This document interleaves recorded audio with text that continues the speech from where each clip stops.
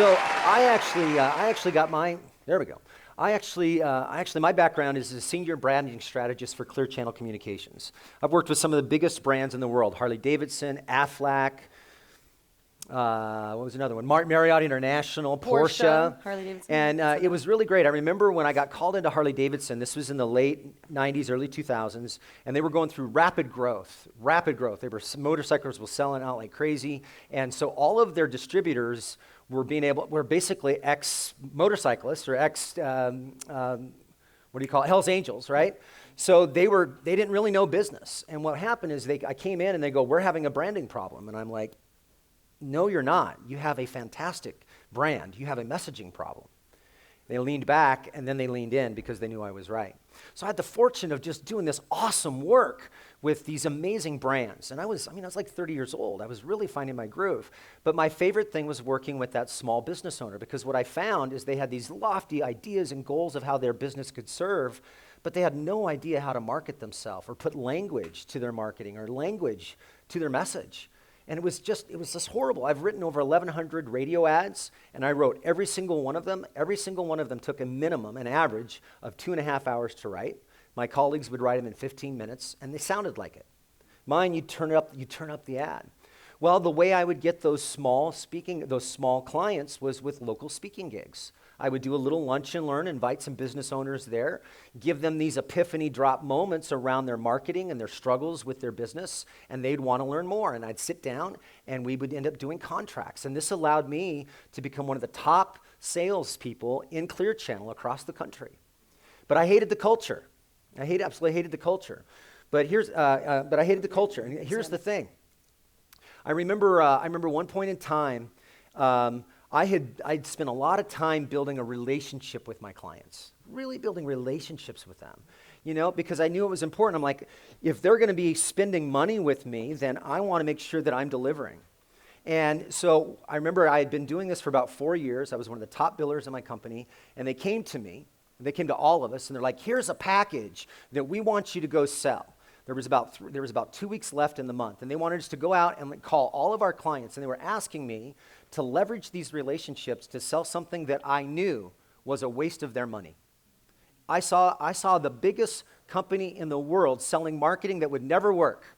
Millions and millions and millions of dollars in every single market of things that would never, ever work. This was an epiphany for me as a 30-year-old because I thought business was in integrity. I then found out that the CEO came to their annual convention with a pile this big of resumes. And he said to all the leaders there, he said, you will meet your sales projection or you will be replaced. You guys, this is what we're at the mercy of. We're at the mercy of corporate greed. And I couldn't handle it. So I loved working with that small business owner, and it was awesome. I was on the top of my game, really, really good at what I did. And I decided to leave because I actually was working to learn. I knew I was called to be an entrepreneur. And I'm like, I need to learn how to enroll with heart, and I need to learn how to market effectively.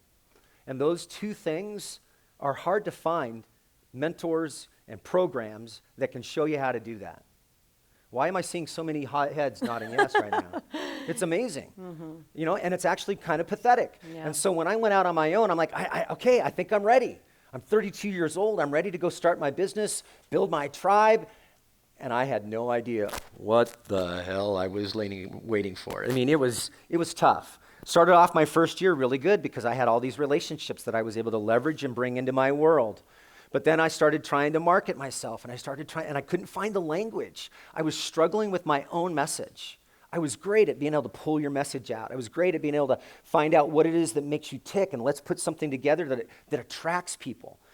And it was awesome. But for me, I was like spinning my wheels, lost. What is it that I talk about? I could do team building. I could work with men. I could work with women. The majority of my book of business was these executive business women or these entrepreneurial women that had a message. And so I'm like, well, maybe I should be working with women. And I was doing all these things to try to figure out my message. How many of you have pages and pages of pages where you've been wordsmithing your message? Yes. Right? And you'll go through your storage unit and you'll find something from 5 years ago and you're like, this is gold. Holy moly. Okay? So I've been there. I've been spinning my wheels. And I'd have, it'd be like, oh, things are going good. And then bam, bam, bam, I'd get hit. A couple months would be good. Maybe I'd have a $10,000 a month, $5,000 a month. And then I'd have 2 months with nothing. So I was starting to get a little bit of a groove. I had gotten a really good contract with a client who, and I was teaching his team how to enroll CEOs in their program. They sold benefits, company benefits, employee benefits, and really had someone who, that one contract was able to cover all of my expenses. And I was married at the time to my previous wife. I was doing a seminar. This was a seminar of another client. It was a group of Arbonne women, for those of you who know network marketing. And I was at a seminar, and a person comes up and says, Mr. Grainger, you have an emergency phone call. So I'll take the call, and I get there, and it was my wife, Amy, at the time, and she's in hysterics. And she's like, my dad died. And I'm like, what? She's all, my dad died. And I'm like, oh my God, what happened? She goes, they said he had a heart attack. And I'm like, where are you at? She's like, I'm at the grocery store in the parking lot. And I said, stay there. Hopped in the car, got there in 10 minutes, and in the 10 minutes it took me to get there, she'd gotten a second phone call informing her that her mom had been put into the hospital with advanced stage breast cancer. So we hopped on a plane and went down to take care of her mom. And when we got there, it was a shit show. Her mom had been so much at the mercy of fear that the breast cancer had grown itself out into a wound on her breast. And she had isolated herself in her home. And 6 months later, after a mastectomy, we lost her. I remember being with her at the time. We were with her at the moment of her death. I walked around the corner, and I remember seeing her, and her eyes, the life was already gone. I'd never seen anything like that before. But we had that tender moment as we heard her heart beep, beep, beep. That's when life gets real.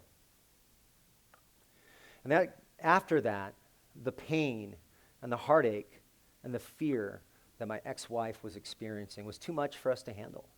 We got hit with money stuff and legal stuff and bills, and just was overwhelming, and we ended up losing connection.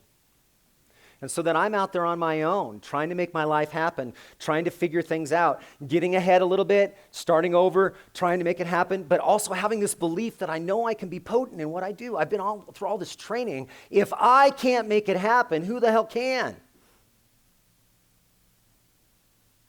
I remember I had this one particular day, things were not working. I had tried to have a couple events, no one was showing up, people were not leaning in on my message, and I couldn't find my brand, and I'm like, if I can't get this thing figured out, it doesn't matter if I build a funnel, it doesn't matter if I build a website, no one's gonna show the fuck up.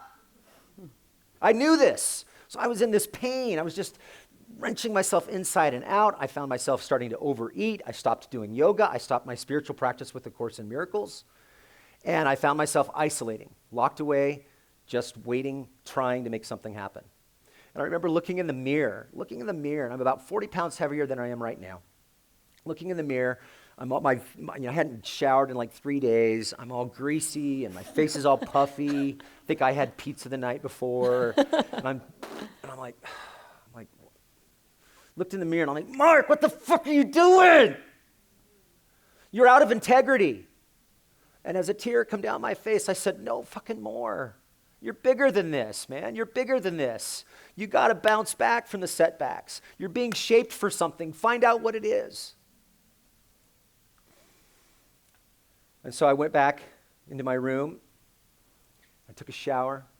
I got clean, and I just dropped in. First time I had meditated in several months. My head was spinning. And then all of a sudden, it just was Course in Miracles, yoga, and work with women. Those are the 3 things that I got that time. So next day, I went to a yoga class, and I wasn't speaking. I also got get back into speaking. So I got a hold of a coach for A Course in Miracles because I'd been studying it for 15 years, and I'm like, it's time to get serious. It's time to get really, really serious. And almost instantaneously, the miracles started happening in my life. I started generating some revenue. I started getting some clients, working with executive women again, and women business owners. And I'm starting to find my rhythm, and that was when I met my queen. Baby. Oh.